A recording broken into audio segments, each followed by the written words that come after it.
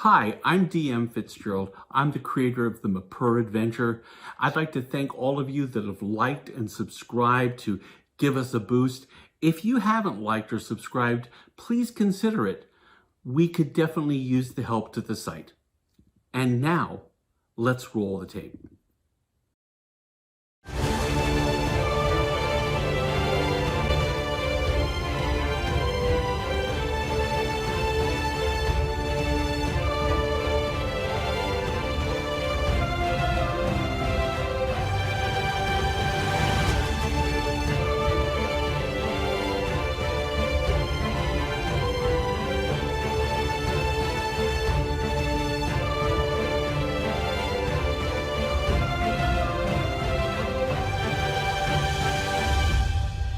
When last we left our intrepid adventurers, the party was on a secret mission to the elvish kingdom of Alwyn.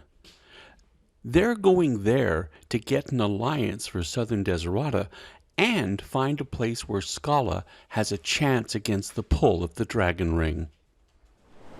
The ship arrives at Fortress Lament.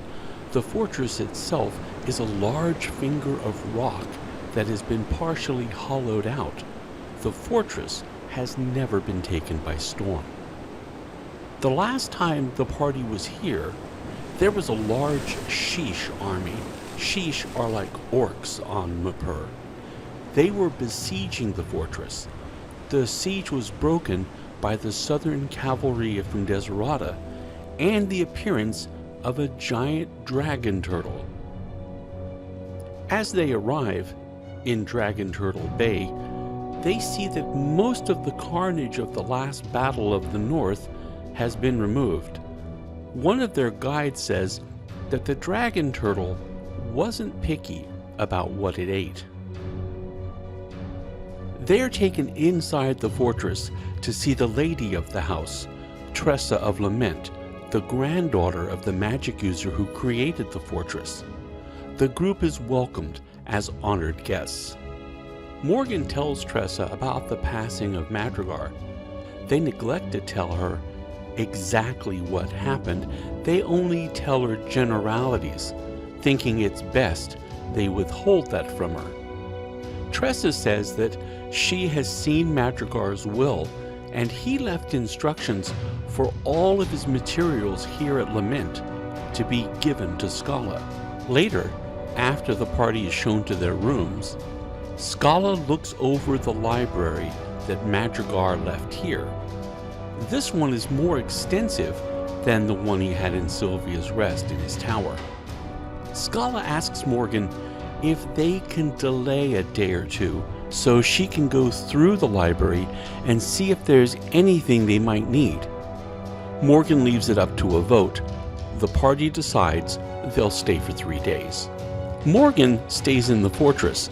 There's a small shrine of Chaldasea, and she wants to take some time to reconsecrate it to the lady. She also prays for the many souls she knows have passed on. Marcus, Garou, Brock, Finn, and Mercy head into town. There used to be 2 towns. The one next to the fortress was mostly human, while the one on the other side of the river was mostly Manthuthian. Both towns were destroyed by the fighting, and small groups of buildings have been rebuilt on the nearest side of the river. Marcus warns both Garou and Brock not to accept any gifts from any Manthuthian warriors they meet. He says that they have only encountered Manthuthians in small groups, and they're very close to the Manthuthian Combine, which is the main settlement of the Manthuthians, and if they should be kidnapped, they could be whisked off into the Combine and never seen in human lands again, so they need to be careful. Brock says that he isn't afraid of Manthuthian warriors. He sparred with Kimmy, who is a Manthuthian, and she seemed pretty weak in her fighting. Her form was sloppy. Finn tells Brock that Manthuthians are masters of poison, and usually they're armed with a substance called Syl. One smudge of it in an open wound paralyzes men.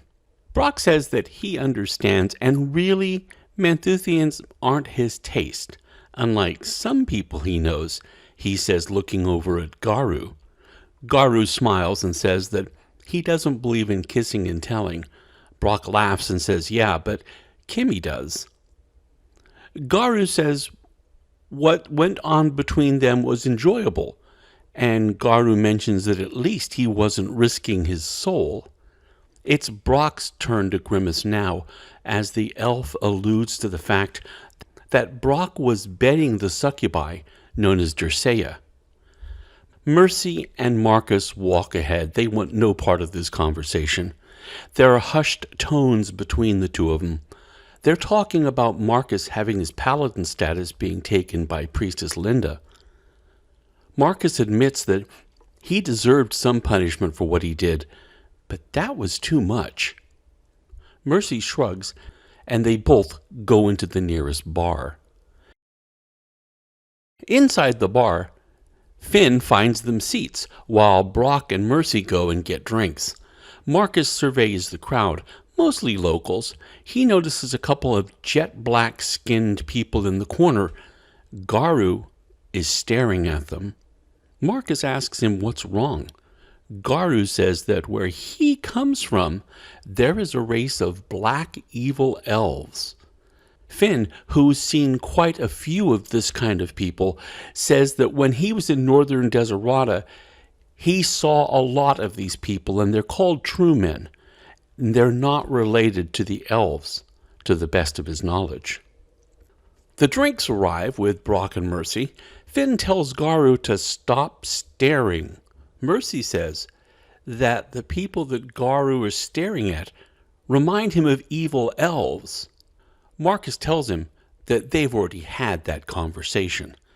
Garu nods his head, but keeps an eye on the two figures. Meanwhile, in Fortress Lament, in the Library of Madrigar, Scalla searches for information about the dragon ring. She finds something in a book by Daniel the Recorder, the leader of the Warpick Mages Guild, and what she reads chills her to the core of her soul.